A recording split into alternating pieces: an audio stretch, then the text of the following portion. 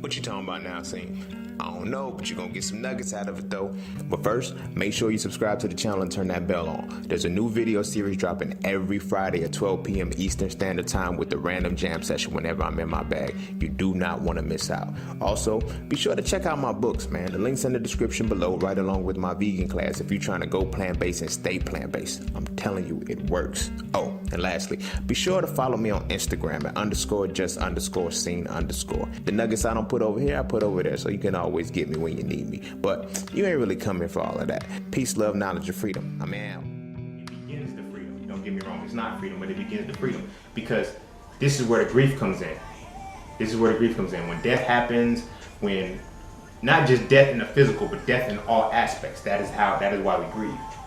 You feel what I'm saying? That is why we grieve. So this grief can then send us back into shame. So imagine this, a loved one dies. See, the thing about love is, love as it's associated with the heart chakra, as I said, is a power. It doesn't have good or bad to it. Understand that shit. It doesn't have good or bad to it. Love can cause birth and love can cause death at the same point. You feel what I'm saying? Motherfuckers don't get that shit. They think love is an emotion.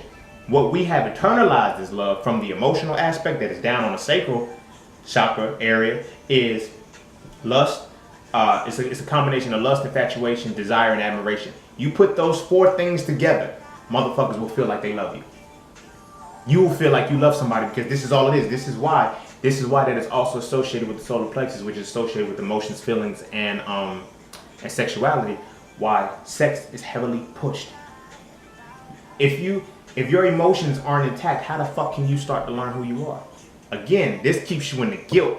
Because if you understand, like I said, I'm gonna get back to the heart, but this is a point that has to be backtracked too. So if you understand that your personal identity is blocked and then you have the guilt and the shame and all that, if I understand, it's one of the greatest sins is, well, they say thou shalt not kill and all that, but one of the greatest sins and the most repetitive sin that's constantly in everybody's mind is that sex is bad, but they push sex. Why do you think that is? If sex is so bad, why is it so pushed and used in everyday life? Because they know it's just a matter of time. If we push it enough, these people will engage in it. They engage in it off the internalization of this belief system. They're going to feel guilty for the sex that they're having. Then that's going to lead to the shame. It's going to keep them from understanding who they are. If they cannot understand who they are, they cannot ascend to above the levels they need to. So what they have to do is, after the guilt comes the shame sends them back down to the fear, because now they have to go back into the programming of the structured system in order to absolve themselves of the guilt and the shame that they have. This is not coincidence. This is not a coincidence. But as I elaborate, you'll get a little bit more information out of it, you know. So now we're back at the heart, you know, with the grief and all of that. So the grief comes, you know, because what we think is love isn't love, and we have a difficulty with letting go. That's why there's grief. And then we feel knocks us back down. If somebody dies, if a friend of ours dies, a loved one dies, and we didn't get to tell them that we love them, we didn't get to spend those final moments with them, or, you know, we were talking bad about them behind their back, and then we go to the funeral and then we those motherfuckers is, they weigh on the root chakra. But that's not here nor there. I'm not here to point fingers or talk shit about people. But when somebody dies, you should, if you really understood the concept of death, if you really believe whatever it is that you say you believe about death being transitioned to a greater place and everything like that, why is it so taboo? You know what I mean?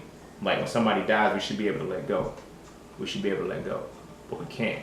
Why? Because in addition to that, there's societal structure of necromancy. You know what I'm saying? The love of the dead. You know, you boo, like, death should not make you sad if you understand it. Now, you know, you get the validation, you get the justifications of, well, it's because I'm not going to be able to spend my time with that person. Okay, you knew that you weren't going to have infinite time with this person. You knew that. So why are you shocked? Still. And that comes with a certain level of personal identity, nonetheless. You feel what I'm saying?